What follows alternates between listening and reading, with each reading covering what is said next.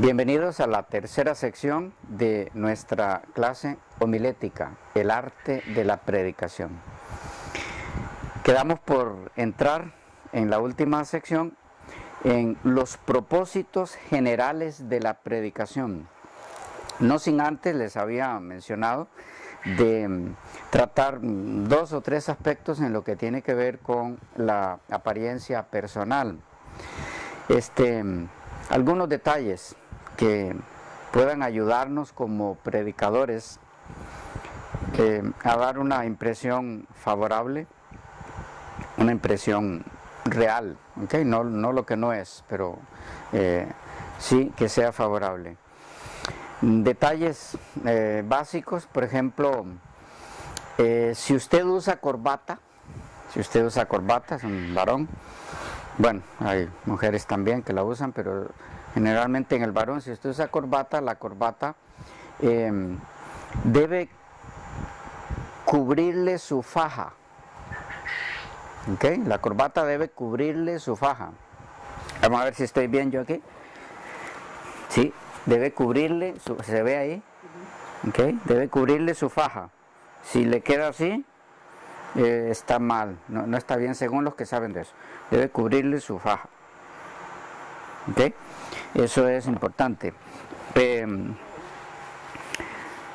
Sus bolsas, las de los pantalones, no deben estar abultadas con ninguna cosa.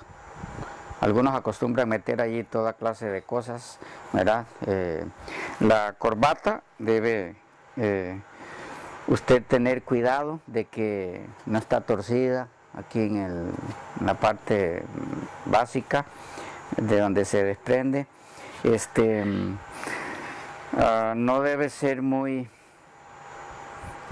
contrastante el color con la camisa, ¿okay? Las medias deben ir con el color del pantalón, no contrastar, sino ser muy semejante en lo posible. Las medias deben ser lo más cerca posible del mismo color del pantalón, ¿okay?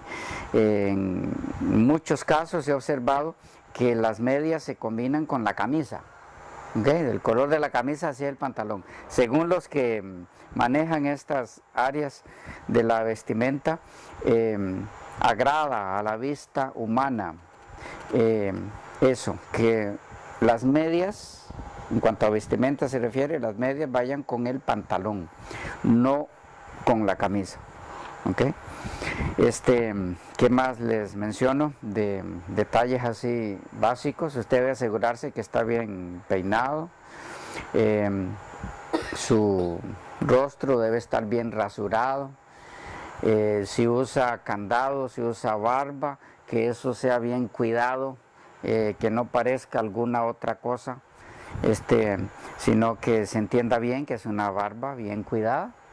¿Okay? Hubo tiempos en que no se permitía predicadores sin barba, hubo épocas en la historia, eso es curioso en la cultura de la humanidad. A Dios le da igual, ¿okay? El punto es que sea pulcro eso.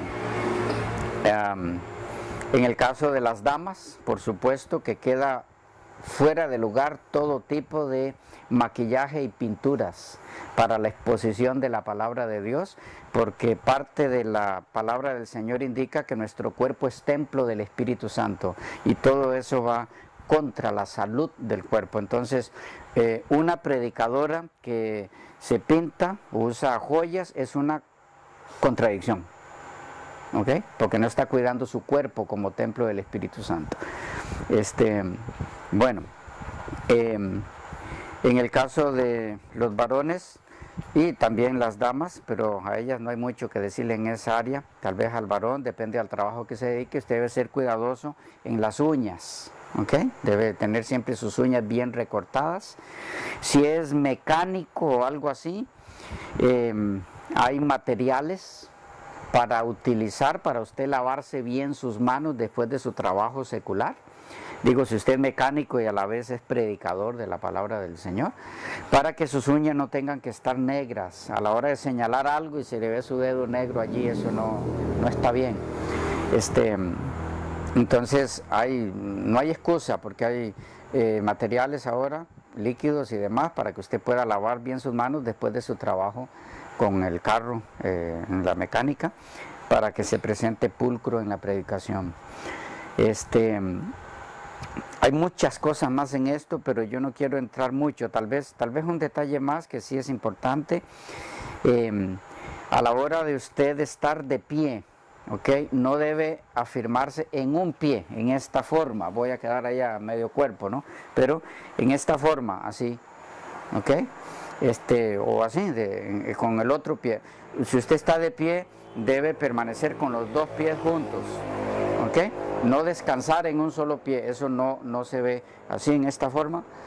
Simplemente el descansar en un solo pie no se ve bien en el predicador, y los que saben de esto dicen que no calza con esto. Debe mantener los dos pies firmes y movilizarse conforme lo haga. Entonces eso puede ayudar un poco. Otro asunto importante en lo que es el movimiento, en el púlpito, dejando de lado muchas cosas porque no es ese el punto ahora. Usted no debe dar la espalda a la audiencia. A la audiencia no se le da la espalda. Si tiene que hacer algún movimiento, trasladarse de un lugar a otro, ahí mismo en la plataforma o en el lugar donde usted esté exponiendo, usted puede hacerlo siempre manteniéndose de frente a la audiencia, ¿ok? Nunca dando la espalda, no es de buen gusto. Pero bueno, detalles que usted puede indagar en otros materiales que hay al respecto, pueden ayudarle mucho. Entremos a los propósitos generales de la predicación. Empecemos por el propósito evangelístico. No confundan esto con el propósito del sermón, sino los propósitos generales de la predicación. El propósito del sermón, propósito específico, es otro, ¿ok? No lo confundan con el propósito específico, repito. Los propósitos generales de la predicación. Cuando veamos el propósito específico, van a entender a qué me refiero. Tenemos, entre otros, el propósito evangelístico de la predicación. ¿Cuál es ese? Es el propósito de persuadir a los perdidos a recibir a Cristo Jesús como Salvador personal.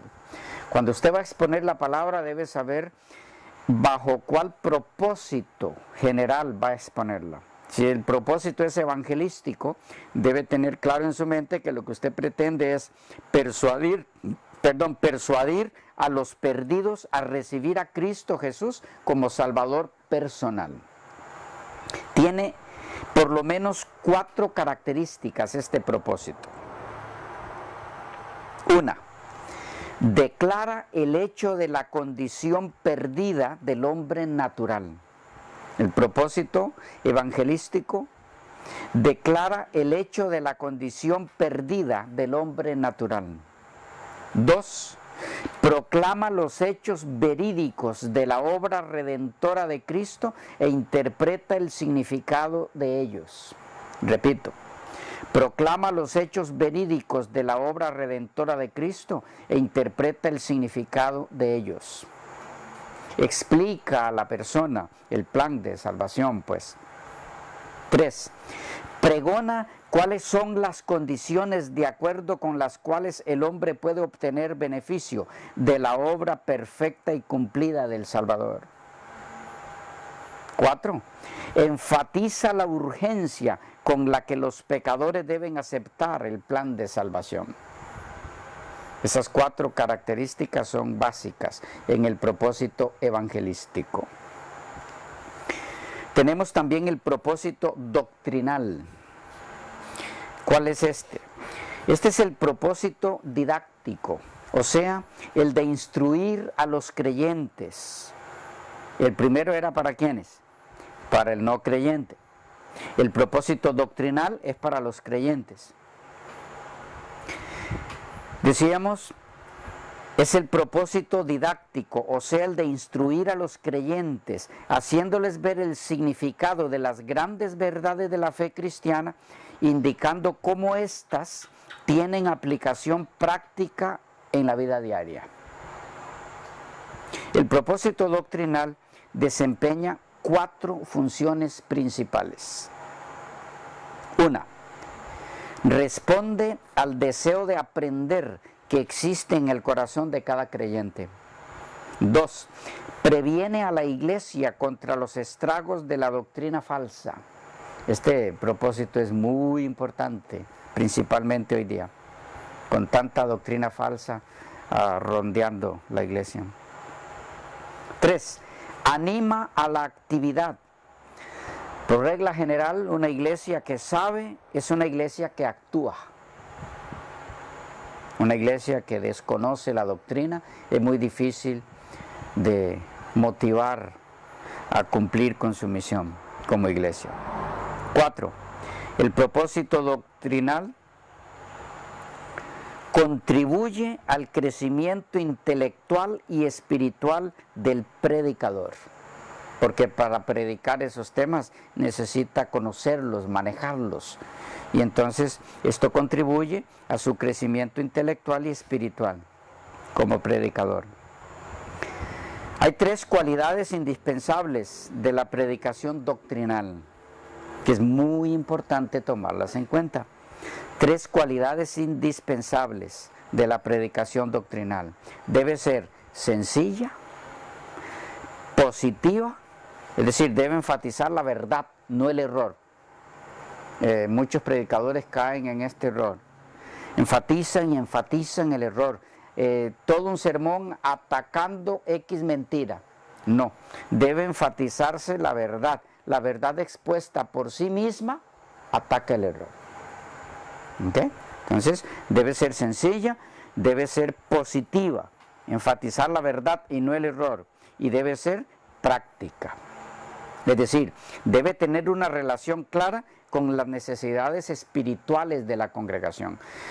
Puede ser una verdad muy vital, pero si no se explica cómo llevarla a la práctica en la vida diaria, no funciona.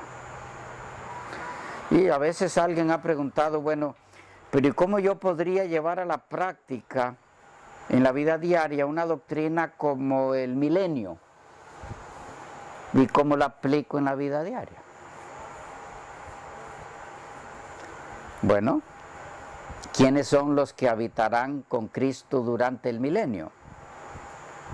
Los que prepararon un carácter para vivir con Él. Si no, no estaremos en el milenio con Él, y mucho menos en el resto de la eternidad.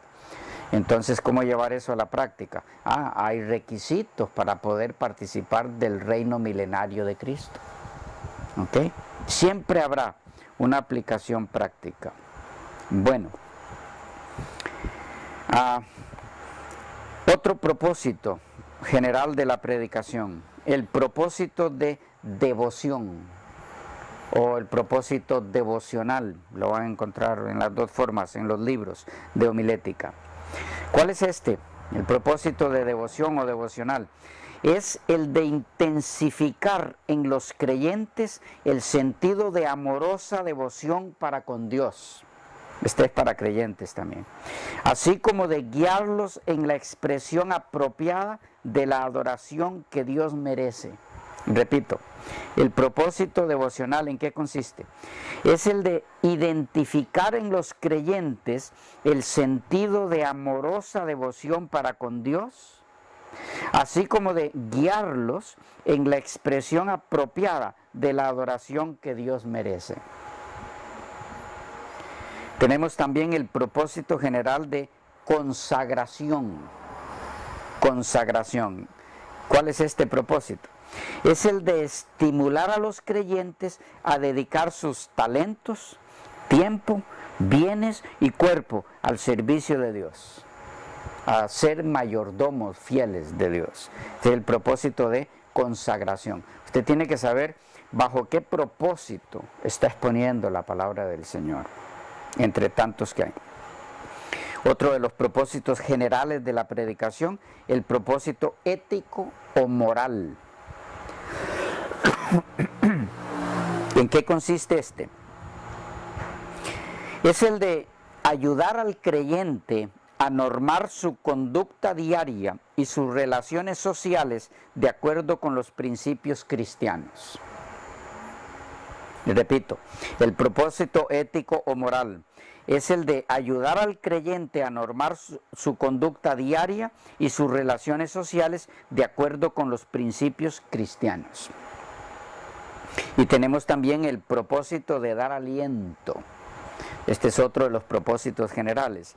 El propósito de dar aliento es el de fortalecer y dar aliento al creyente en medio de las pruebas y crisis de su vida personal. ¿Okay? Así que tenemos el propósito evangelístico, este es para el no creyente. El propósito doctrinal, el propósito devocional, el de consagración, el propósito ético o moral y el propósito de dar aliento. Para los que quieren grabarse esto bien y anotarlo, para que así les sea más posible grabarlo, solo detienen el video, lo atrasan un poco y van repasando, y de esa forma van grabándolo ahí en sus mentes. Entremos al propósito específico del sermón. El propósito específico del sermón. ¿Cuál es la definición del propósito específico? Aquí va. Es la aplicación particular del propósito general respecto a la más apremiante necesidad espiritual que una congregación determinada puede tener en un momento dado. Repito, el propósito específico del sermón es la aplicación particular del propósito general respecto a la más apremiante necesidad espiritual que una congregación determinada pueda tener en un momento dado. Hay 3 consideraciones para su formulación, para la formulación del propósito específico. Esta parte es clave. 3 consideraciones para la formulación del propósito específico. 1. Exige una comprensión cabal de los 6 propósitos generales de la predicación cristiana. Repito, la formulación del propósito específico exige una comprensión cabal de los 6 propósitos generales de la predicación cristiana. De no ser así, de pronto usted se mirará presentando como propósito específico un propósito general. Tiene que entender la diferencia.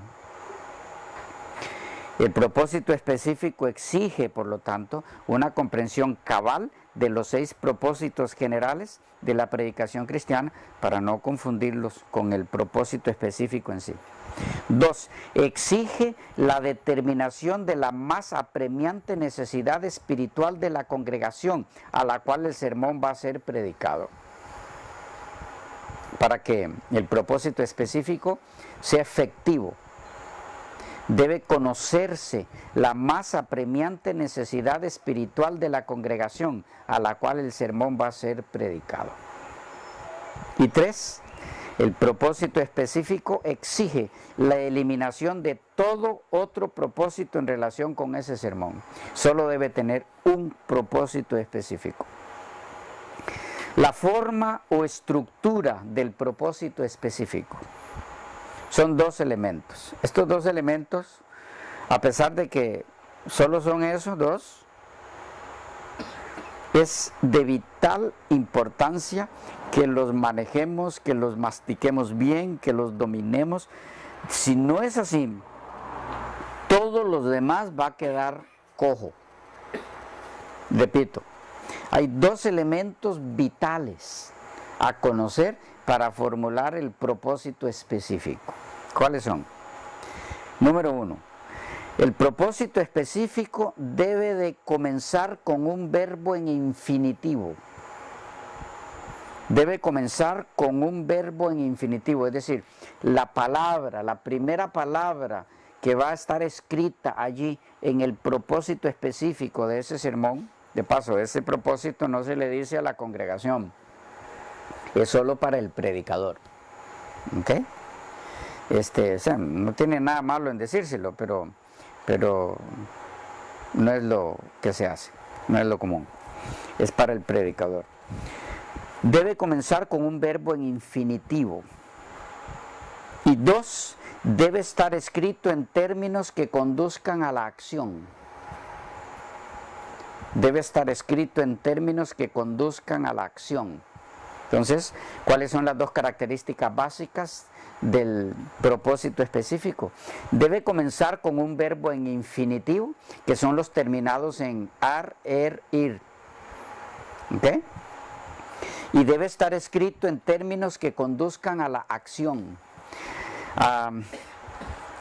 Vamos a ver dentro de algún tiempo más ejemplos de esto, pero tal vez porque tengamos alguno en el que podamos fundamentarnos un poquito. Comenzar con un verbo en infinitivo, la primera palabra que está escrita allí como propósito específico, tiene que comenzar con un verbo en infinitivo, que son los terminados en ar, ir. Y debe estar escrito en términos que conduzcan a la acción. A ver, inducir, ahí está, un verbo en infinitivo, inducir. Inducir a la congregación a que practiquen el culto personal diario. Ahí está. Comienza con un verbo en infinitivo y está escrito en términos que conduzcan a la acción. ¿Ya? Repito, inducir a la congregación a que practiquen el culto personal diario. ¿Cuál es el verbo en infinitivo? Inducir. ¿Cuáles son los términos que conducen a la acción allí? La práctica del culto personal diario. ¿Ya? Otro ejemplo. Motivar a los esposos a tratar a la esposa como vaso frágil. Ahí está, verbo en infinitivo, motivar. Motivar a los esposos a tratar a las esposas como vaso frágil. Verbo en infinitivo, motivar. Términos que conduzcan a la acción, el trato a la esposa. ¿Ok? A ver, un propósito específico que tiene problema con alguno de estos 2 puntos.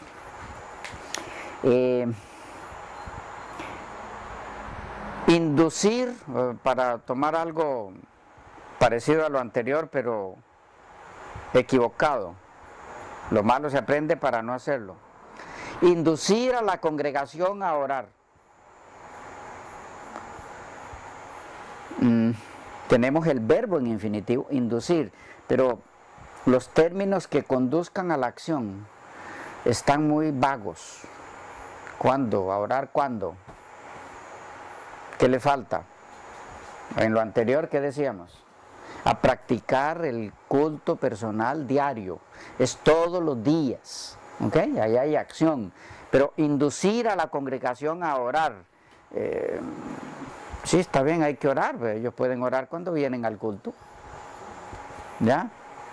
Entonces falta algo ahí. ¿Qué le falta? No está escrito en términos que conduzcan a la acción. ¿Ya? Otro errado, para que aprendamos a no hacerlo así. Motivar a la hermandad a amar o amarse. Motivar a la hermandad a amarse. Sí, está bien, está el verbo en infinitivo, ¿cuál es? Motivar. Pero, ¿y cómo se aman entre sí? ¿Cómo eso se hace? Faltan los términos que conduzcan a la acción.